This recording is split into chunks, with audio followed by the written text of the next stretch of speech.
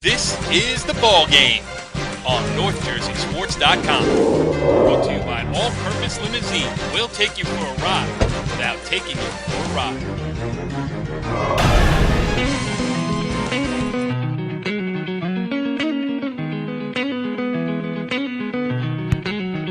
Back on the ball game, NorthJerseySports.com's original multimedia series talking all things North Jersey sports, and this is our Girls State Basketball Tournament Preview Edition show.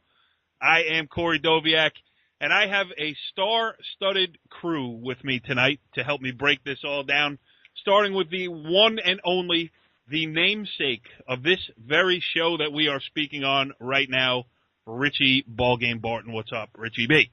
Not much, just hanging out. We avoided this gigantic snowstorm. Should be at the game right now, but instead we're just going to be talking about it. Yes, pushing the state tournament back, a brilliant idea on the whims of weathermen on TV who get it right very rarely. So we sit here and we talk about it. But one guy who has decided to go out and experience the weather for himself, Richie B, is our first co-host of the evening. He is Tenafly girls basketball coach Jeff Kohler. And Coach Kohler, where are you joining us from this evening? Yeah, I am outside like I always am when I talk to you guys. Is it really that bad? I mean, they no, won't let it's you not in the house. bad at all. They don't want to hear it. Your family is done listening to you talk hoops. Is that what it is? Oh yeah, my wife is probably the happiest wife on the face of the earth until tonight when I had to go coach my daughter's basketball game. She's like, it never ends, but she loves tennis season. Tennis season is great. All right, and we are also joined by Paramus head girls basketball coach Scotty Papetti. Scotty, what was on the bill of fare this evening over at Caesar Papetti's place? What do we have? We have raviolis and garlic bread. Can't we ever get like an invite, like a NorthJerseySports.com ball game edition live from the Papetti household and get some of that gravy that your mother makes? You know that Caesar would love it, and you know that getting him on, it would be tough to get him off because he wouldn't stop talking. That's very true. That would be the 6-hour edition. We'd be on the third bottle of Chianti before the show is over. All right, exactly. So the idea of this show here tonight is we're just going to go around. Because the tournament was supposed to start tonight and it didn't, it gives us an extra day or two to prepare. So why don't we just start? We'll go bracket by bracket. We'll talk about some players to watch out for. And Richie B, this is kind of anticlimactic because the supercomputer on NorthJerseySports.com has spoken already. We pumped all the numbers in the computer, it spit it out, gave predictions, and the whole kit and caboodle, but now we can give our version of it, which may be very similar to the supercomputer. Right. The supercomputer, the oldest gimmick on NorthJerseySports.com.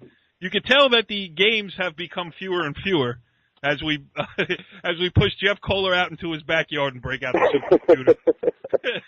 But we'll go with this anyway. So let's start with the small schools. Let's start with North 1, Group 1.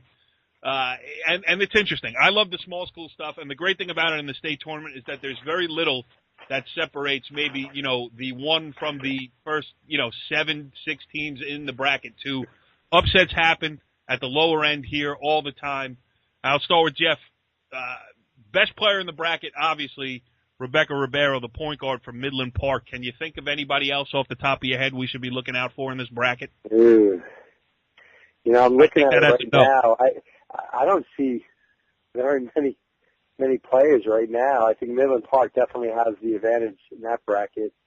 I played Park Ridge. They're a nice team, but I don't think they'll go far. Yeah. Richie B, we got the honest Jeff Kohler tonight. Yeah. I think my team could win that bracket. A little big from Kohler. I'm just kidding. Yeah, well, you know what? It was. I'm going to have to take the fault on that because I completely set you up for that. I mean, that was kind of a dumb question. I guess I'll switch it, Jeff. Can anybody beat Midland Park in this bracket? Verona. I'm only saying that because I think Rutherford played Verona a couple of times. I don't know if that was, Hanover Park and Verona, I think they played when Jackie Mann played that. So they gave him So I'm going to say that. But I want you to know, you did set me up because you told me you were going to talk about Drew Sawyer. You were right. Yeah, I'm curveball. Yep. Well, it is the ball game, and if I stuck to the script, it would not have that off-the-cuff type of effect that we always go for here on NorthJerseySports.com, where we are often wrong and sometimes funny. Scotty, how about anything to add to North 1, Group 1, please? I'm going to give you some. Okay. All right. The girl Harmon from Saddlebrook, they're the 3 seed. Yep. From what we heard, especially at the All-County meeting yesterday, a lot of people spoke very highly about her. You know, she could be a player that could be looked at. I mean, obviously we don't know about a Verona or a Belvedere, you know, the Bergen County aspect of it, but we don't care about those either, really. No, we don't, exactly. But I'm going to say Saddlebrook can maybe make some noise getting to the final. And then I just can't see anyone beating Midland Park in this section. Richie B., anything to add? I have a little bit to add. Taylor Harmon, by the way, 6 foot forward who can handle the ball.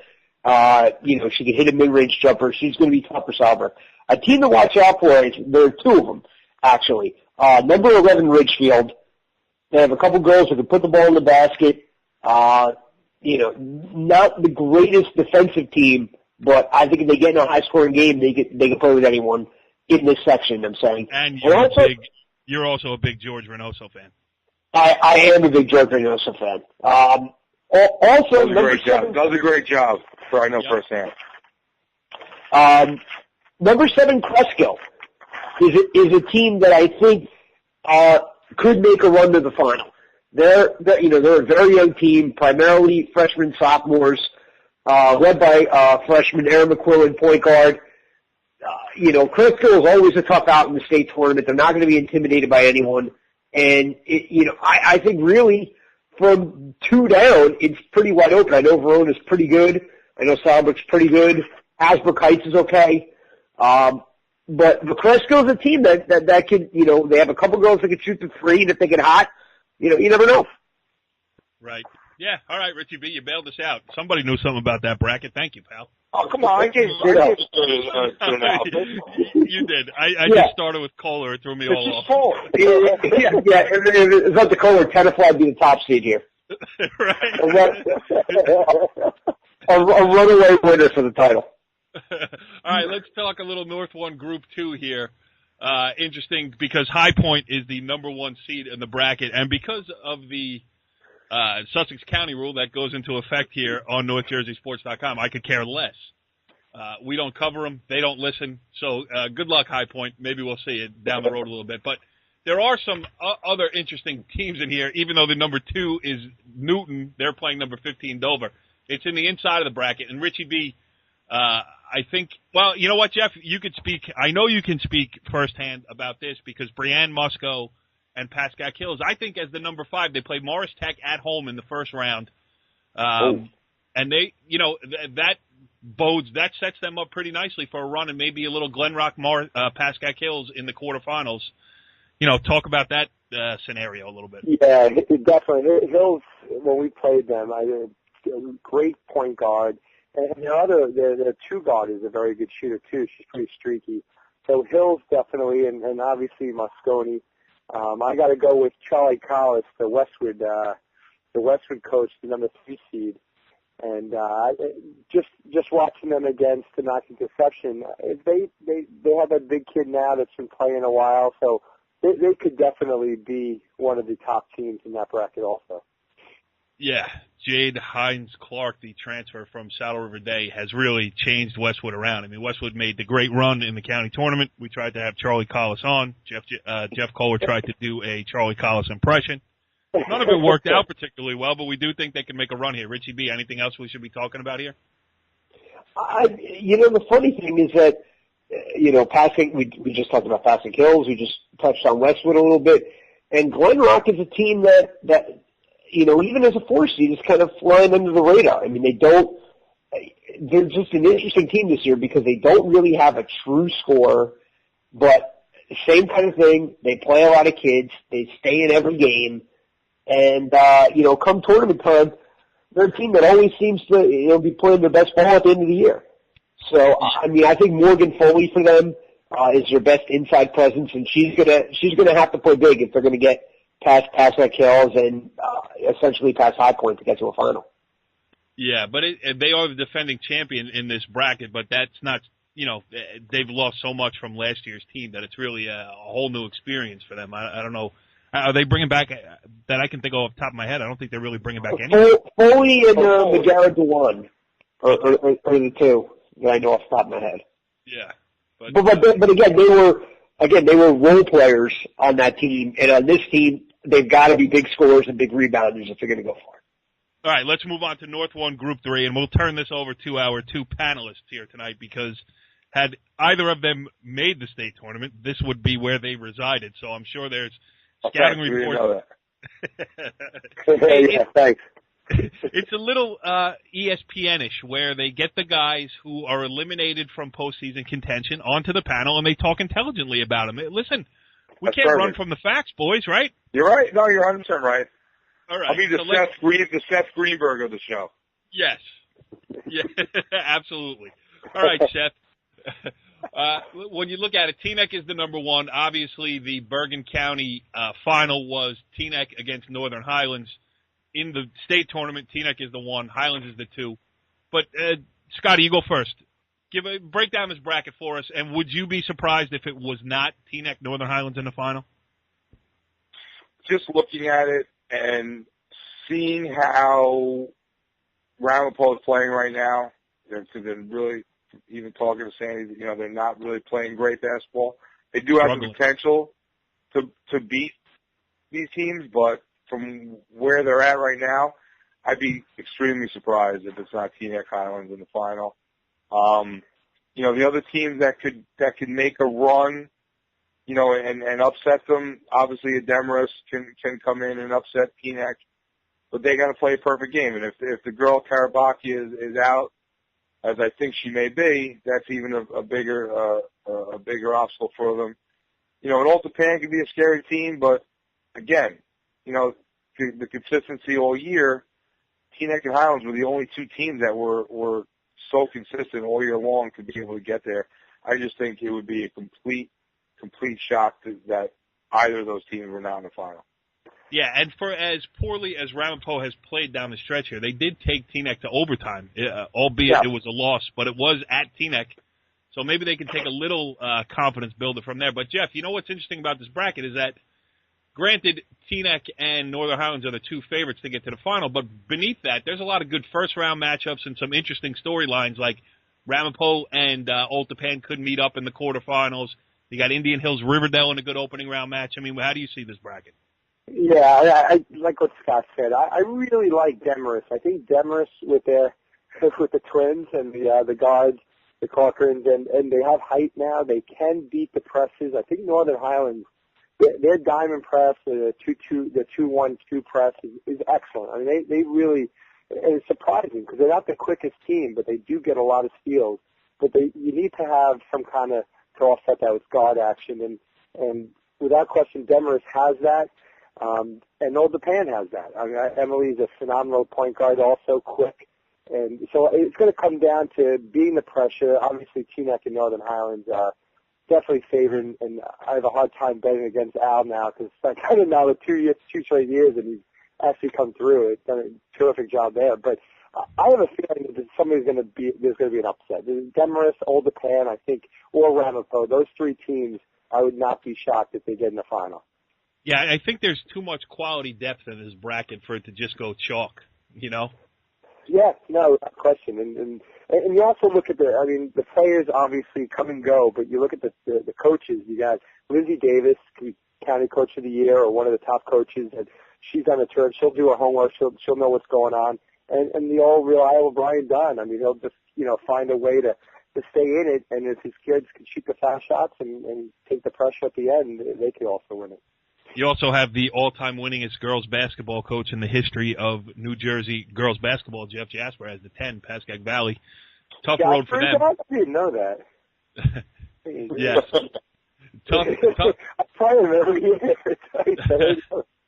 Tough road for them. They got to go on the road. They're in the number 10 seed. They got to go on the road to Montville, and then they would play the winner of Northern Highlands Mawa. So it will be a tough road for Pascack Valley to travel there. The thing you said about Old Japan is interesting too, because they started the season 5-9. As we know, Scotty, we had a long talk about that at the county tournament selection show, but they rebounded brilliantly. I think they had won 9 out of 10 when I saw them against Ramapo, and they were playing there so young. You know, one senior on the roster. They were so young early in the season. Now those, you know, the proverbial freshmen turn into sophomores and all that jazz too. But Old Japan might be, you know, toughening up here for a run at the season. Absolutely. Listen, I mean, like you said, I mean, Ramapo and Old Japan are two. It's a shame that they're both, you know, they're one round away from each other, because they're both very similar teams where they are young. They're not, you know, they're young enough to should not really worry about, you know, being scared about playing tournament, because they don't know enough to really worry about anything. But, you know, they both went on runs of like 9 out of 10 or 8 out of 9, and they have the potential to knock off both Teaneck and Northern Highlands. As you know, as we both know, I mean, both of these teams next year are going to be ridiculous. They're going to be top 10 county tournament, you know, in Bergen County by team. And, yeah, I mean, listen, both of them, I mean, that second round matchup, which it should be, could be unbelievable, you know, could be unbelievable. It really could. And it's unfortunate. It would be at Ramapo, right? It would be at Ramapo? It would be at Ramapo, yeah. Unfortunately, I mean, Old Japan has to go all the way up to Jefferson, which is a tough place to play. We played there 2 years ago in the first round. I mean, it's a tough place to play. They play, you know, the town comes out, the whole town comes out for games. I mean, they won the section last year.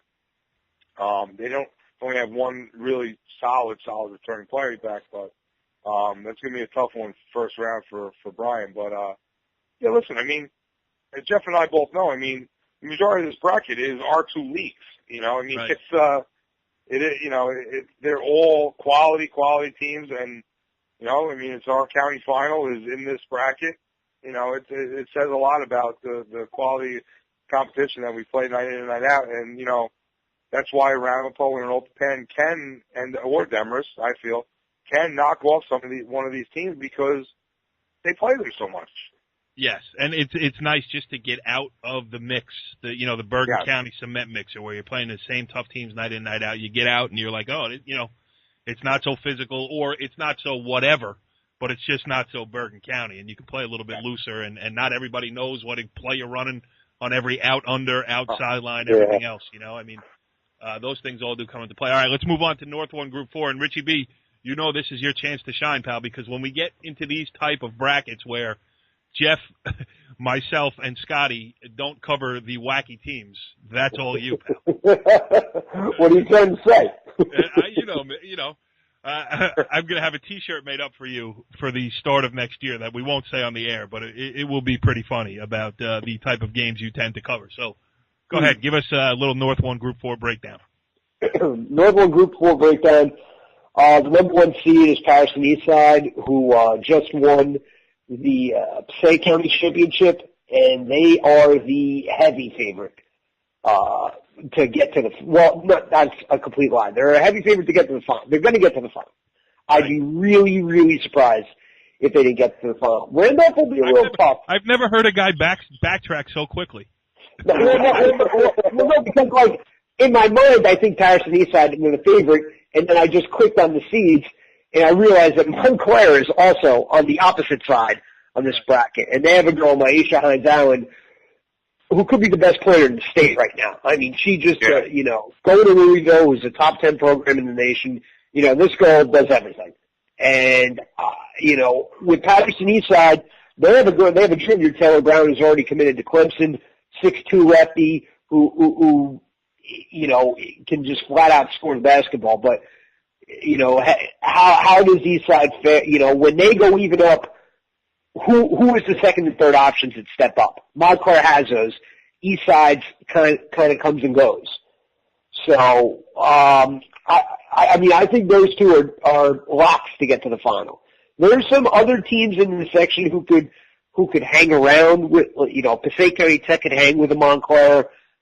North Bergen or Randolph can hang with an Eastside, but the bottom line is those are the two best teams. They should meet in the final, but I think Montclair has just too much inside presence, too much depth for Patterson Eastside. Scotty, how about my boy Richie B? You give him a wacky bracket, he does it. He killed it. He absolutely killed it. Scotty and I sounded like you knew what he was talking about. Yeah, what were you going to say about Fairlawn? That's the only thing we can cover. The only thing we can speak about is Ridgewood and Fairlawn. Right. Oh, Jeff. No, Ridgewood and Fairlawn. Those are the teams. Yes. Yeah. Jeff, You know what? the girl from. Yeah. I love this. Yeah, I was going to say the center from Fairlawn, Tia Solomon. I mean, that's a team that could win a couple of games and get to a semifinal. Yeah, I think Ridgewood too. How about? Wait a minute. One seed after. Ridgewood's not being Patterson Eastside. Yeah, you're right. Okay. What about the girl who Jeff? We're looking forward to seeing the girl from Randolph. Can't remember her name off the top of my head. The girl who scored 52 a week or two ago. She's a 4 seed Randolph. Do they have a chance against Eastside? Come on, Richie. Do they? I'm asking. I mean, I think if she has a bust out game like that, I mean, talking to Greg Lerner, who's covered girls basketball here for the past 20 years, he said she's as good as there is in the state right now. But in the state tournament, she's a one girl show for them. So I mean, she's got to put up. For them to beat a team like Patterson Eastside, she's going to have to put up 35-40 and basically carry the team on her back. And in the state tournament, that's just tough to do night in and night out. Yes, because you're up against good competition. And if she scored 54 against Tenafly, she would double up the Tigers by herself. That's all right. All right, let's move on to the parochial brackets here. Richie B, because you did such a good job there, what do you prefer, A or B? Let's go with B. All right, let's go with B. Why don't you start us off here? All right. Well, the top seed is Immaculate Conception, but this is a bracket that is way deeper than it's been in years past. That's what I was going to say. Because generally, you pretty much know who the finals are going to be. You rarely see the upset, even though you did see one with Oak Knoll and Immaculate Conception, what you call one of the worst games in the history of modern basketball. Oh my God! I don't want to bring it up. I mean, Immaculate Conception is in our coverage area. That was the worst game ever played. In my eyes, I needed a tissue leaving the gym because my eyes were bleeding. I swear. Go ahead, Richie. And I get stuck. I'm at Felician College, having to write a story about Oak Knoll, a school that I had heard of for all of 1 minute. Knew nobody, and Jeff Horhonich did not want to talk after the game. So, needless to say, that was a coming soon. Go ahead, Richie. Yeah. But yeah, I think any of the top 4 seeds can win this section. You got the top seed Immaculate Conception, Sam Furing, one of the best players in the area, 6 feet tall, she can handle it, she's strong inside, good rebounder. The 2 seed Morris Catholic, 2-time defending Morris County champion, always with bevy of shooters. I know their center is out for the year though. Double girl, that could be a problem for them, but they always seem to get it done during state tournament time. 3 seed Saddle River Day, Izzy McMahon, lightning quick, can shoot it from anywhere. But again, where does their inside presence come from? I think Danielle Duell, freshman, who comes off the bench for them, will have to play big because, they can't just rely on jump shooting if they're going to get far in the tournament. But the best player in this section comes from the 4 seed, Newark Academy, sophomore, Jocelyn Willoughby. Woo! Saw her last year. She was as a freshman last year, I saw her and I'm like, this is probably the best player I've seen in the past 7 or 8 years. And she was a freshman last year. She was awesome. Academy, huh? They played Saddle River Day in the States in the quarterfinals. Who did she compare with, Richie? Who did she compare with like 7 years ago? I couldn't even tell. I mean, like, I looked at her as a 14, 15-year-old kid. I'm like, this girl is a big-time Division I player right now. I mean, she's 6 foot guard, can shoot it, can handle it. She's the real deal. She'll be a state player of the year, either next year or her senior year. Better than Alexander Zagoras? Slightly better. Corey. Sorry, Jeff. Go ahead, Scotty. Richie is murdering this show. He's killing I know it. This is the most on ball I've ever heard him ever. He's killing it. He gets clarity. You know, he must not have he must not have any money in his pocket because he hasn't been out in a couple of nights. He's very. I'm restless. What am I going to do? He's sharp of mind this evening. This is classic Richie B. Let's just let him run. Go ahead. What else you got to say about non-public B? Give me the sixth man off the bench for Oak Knoll, please. Right. Well, you know, Oak Knoll's always dangerous out in the tournament. But I will say, you know, Dwight Englewood coming on, Stella Meyer averaging about 18 a game in their past 6-7 games. You know, they could give Saddle River Day some trouble. But otherwise, I don't see any real upsets here. But the Final Four could be a lot of fun.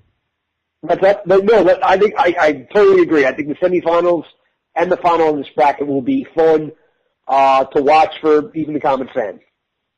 At this point, when you start talking about La Cordaire Academy, you can just make up names if you want. Let me tell you something. I know where La Cordaire Academy is. It's in Montclair. And B, have they ever won a state tournament game in anything?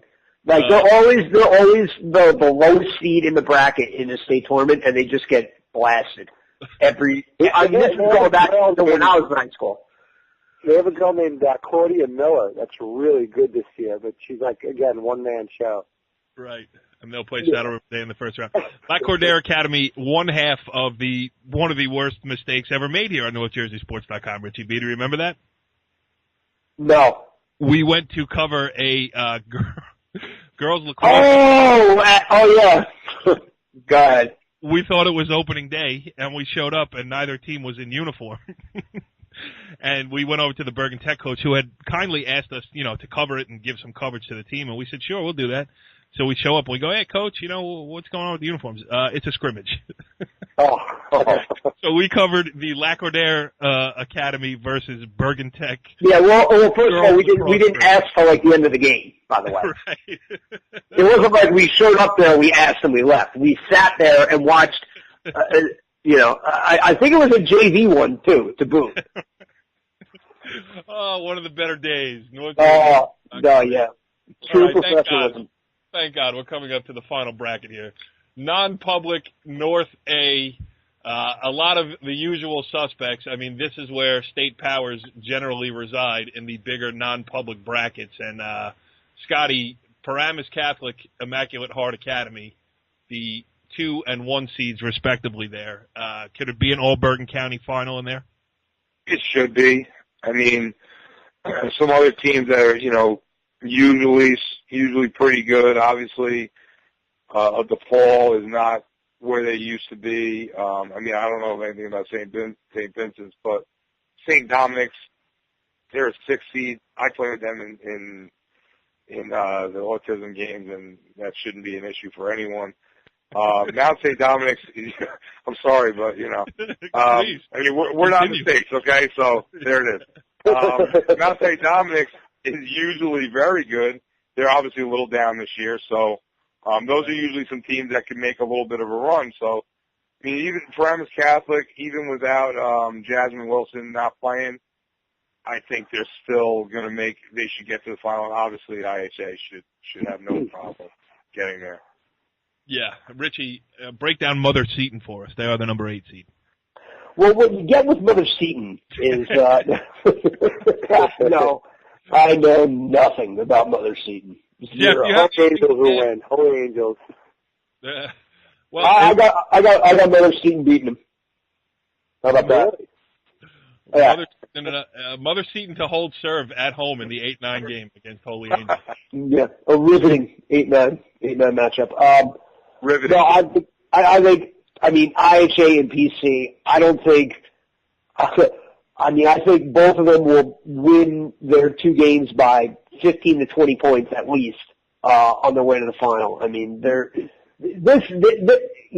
North B is a deeper section than it usually is, and this is a much lighter section, I guess you would say. Yeah. And, usually you have a couple, whether it's DePaul or Holy Angels or Mount St. Dominic or Union Catholic some years. I mean, you always have someone that has the potential to make a run and win it. And this year, not the case. It is IHA and PC, and both teams pretty much know it, I'm sure. And it'll be interesting. The IHA they always know how to win those games. They always know how to beat PC when it counts. Yes, very true. All right, well, I think we've gone through it. Are we missing anything? I mean, we could do the North 2 stuff, but there are very few teams in our coverage area.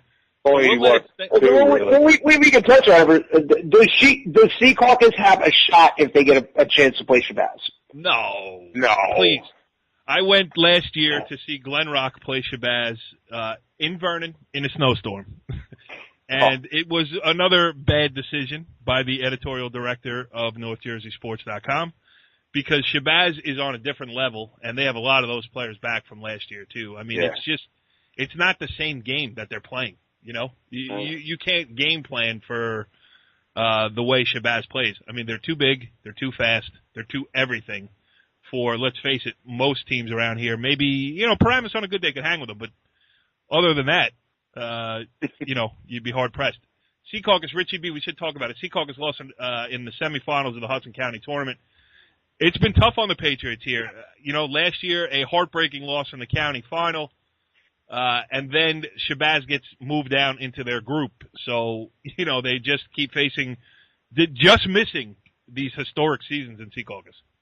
Yeah, I mean, and that section's not a piece of cake either. I mean, you got Bloomfield Tech in there on the top side of the bracket with Shabazz, and you got New Providence with sophomore Cindy Meringue, who's one of the best players in the area on the bottom half as a 3 seed. So, I mean, then even getting to the final is not a lock. Right. That's a good point. And, and then if you want to look at, like, say, North 2, Group 2. Right, you got Richfield Park as the number 1 seed in there. You got Richfield Park there. You got Lincoln as the 2, Weequahic as the 3, Hanover Park as the 4. I mean, they're all pretty tough teams, and they all play different styles, which makes them interesting. Because the thing I saw about Lincoln this past weekend when they beat Bayonne in the Hudson County final is I just thought, because I know Weequahic just likes to get up and down the floor, and Lincoln didn't run the floor nearly as well as I thought they would. But they executed in the half court way better than I thought they would. Right. Which hasn't been a strength of theirs in the last couple of years, so they've adapted their style of play. Yeah, I was very surprised by that. And I was, and usually in the same vein, they're usually like a very gambling, pressing type of defense. And they did a little pressing, but it wasn't like an all-out, like, gamble and try to get a steal, and if not, we're giving up a layup. Right. They were more of a solid half court, limit the team to one shot. So they're completely the opposite, basically, of what they've been over the past couple of years, which have all been successful for Lincoln. Richfield Park, obviously, Catherine Haynes, Julie Rovito, those two are going to have to step up, but I think the key is going to be Ashley Castillo. Because if they beat Hanover Park and, let's say they play Hanover Park, let's just say they get to a section final. Ashley Castillo is going to have to handle the ball a lot, and what she does, she's going to have to, make sure she limits her turnovers. Is Cole getting attacked by a bear? What's happening? Yeah, I was just going to say, Scotty, do you think I should cut Richie B off there before he starts babbling further? I mean, he did such a good job on the show tonight. He was doing great, he maybe just cut him off. Yeah, I fear he's getting a little loose here at the end. Why? What? They're talking about Ashley Castillo and how she needs to handle the ball? Yeah, well, you're 40 minutes into your Ashley Castillo. She's going to be the key. If they're going to win a section title, she's going to be the key. All right. Yeah, I agree with that. All right. Hey, Kohler, do you agree too? I'm just making sure you're still breathing on there, bro. Totally agree. All right. That's it for this edition of the Ball Game, the girls' state tournament preview show. And if it continues with the weather, I'm sure we'll have 8 or 9 more of these before the section finals. If not, we'll just get out and cover the games. Stay tuned to NorthJerseySports.com for breaking news all over the place. Richie Barton will get you that information that you're lacking on the LeCordaire Academy. He will report back to us next time. And until then, check out the supercomputer, which gives you all you need to know about the state tournament. And we will talk to you at a later date. Follow the leader.